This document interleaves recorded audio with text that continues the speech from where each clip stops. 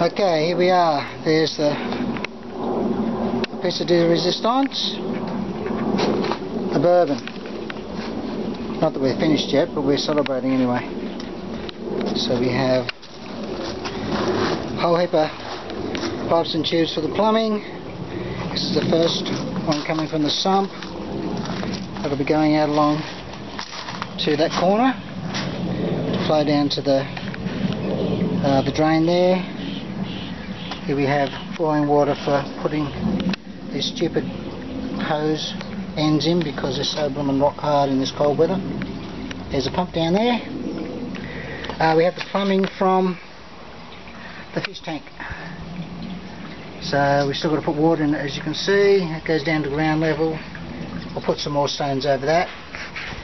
And that comes up here into the sump. There we go. And we've still more to do, but it's getting towards sundown. That's why we've got the bourbon. And we've had a wrestle with that pump because that come out of my other setup. This beautiful one up here, as you can see, things are dying because it's been so wet. And look at that. So the water leaking. That's because that big lump of roots is in the way. Let's see if I can sit that in a little bit, but I might have to actually pull some of those roots off. Yeah, see, it started up dripping again. So I'll just do that now. I'll show you what to do. Hang on.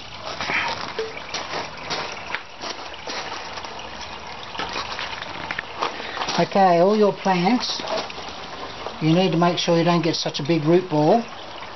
That's not too bad actually, because it sits on the bottom of the PVC pipe and the water should run around it, but this is a little bit too much. So I'm just going to trim it down by about half. Doesn't seem to affect the plants all that much at all. But remember, this is where all the bacteria live for converting the ammonia of the fish poo into nitrates and nitrites for the plant itself. So there we have it. Going to go back in, put him in. Look at that. Can you see the water in there flowing? Out of the way. There we go. And no drips. Now the ones to watch are tomatoes. They go crazy. Those roots, well, I've trimmed them. They would hang out here from this fella. As you see, I've trimmed him right back. You can see some of those how big some of those roots are. I'll probably pull some of them out, but yeah, twice as big as that fella. Coming out of those tomatoes, they love it. They absolutely love it. Have another look at this one. Yep, he's growing back already. They go crazy. So when I finish my big grow beds, I will be when I finish the big grow beds over there, there'll be tomatoes in them for summer, and my vertical garden will just be for herbs and strawberries and things that don't have such massive roots. What I'll do in next weekend, I'll probably take out all these tomatoes and start replacing them with herbs and stuff. Mind you, the Campbell winter is cold, so we'll get frost on these. These will all die off in the frost. So I've actually got a plastic greenhouse that I'm going to trial over my grow beds to see if I can grow crops through winter here.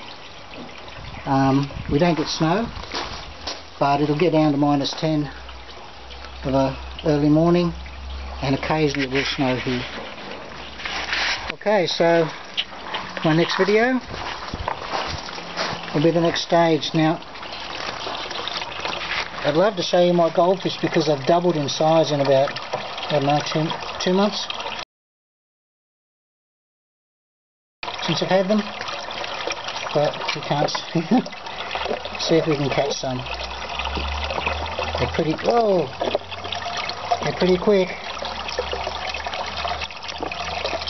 Oh, there. Oh, look at this one.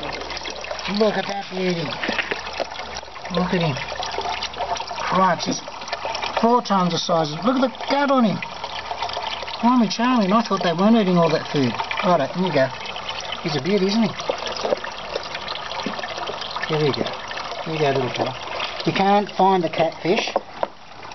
They're in there, but they are so elusive that I've not been able to even see the buggers. You just see the glimpses that have run away.